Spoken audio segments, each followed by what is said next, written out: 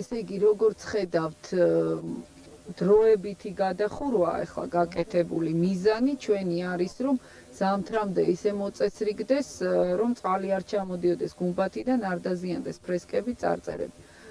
დროებითი გადახურის გარდა ეხა აუცილებელია რომ თანხა ვიშოვოთ გუმბათის გადასახურად და შემდეგ უკვე უფრო სერიოზული თანხა იქნება საჭირო პროექტის შესაქმნელად და აი ამ სადრენაჟო სისტემის გასაკეთებლად, რაც საშუალებას მოგცემს უკვე ჩამონგრეული კედლის ამოშენების. პირველი ყველაზე გადაუდებელი უნდა გავაკეთოთ ახლა ამას ალბათ ჩვენ ინჟინერთა დაცვის დეპარტამენტის დაფინანსებით ჩვენ შევძლებთ გვეხმარება ბატონი დავითი გუბერნატორი და შემდეგ უკვე ნახოთ აი ისევ და ისევ თუ ვინმე გამოჩნდება და გვაქვს იმედი რომ შეიძლება მოვიზიდოთ დამატებითი დაფინანსებაც უფრო სერიოზული სამუშაოებისთვის.